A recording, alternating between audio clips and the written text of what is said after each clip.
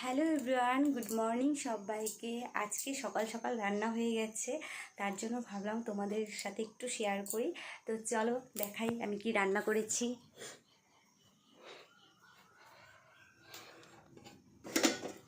প্রথমে দেখাচ্ছি, এখানে আমি আলু ভাজা করেছি, এখানে করেছি টমেটো দিয়ে ডাল, মুসুরের ডাল,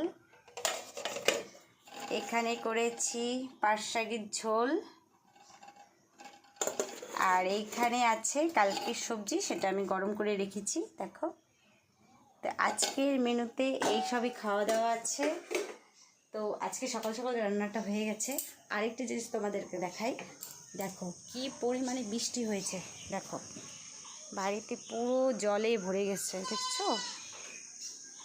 দেখো প্রচুর জল, পুরো উঠানে জল জমে গেছে একদম।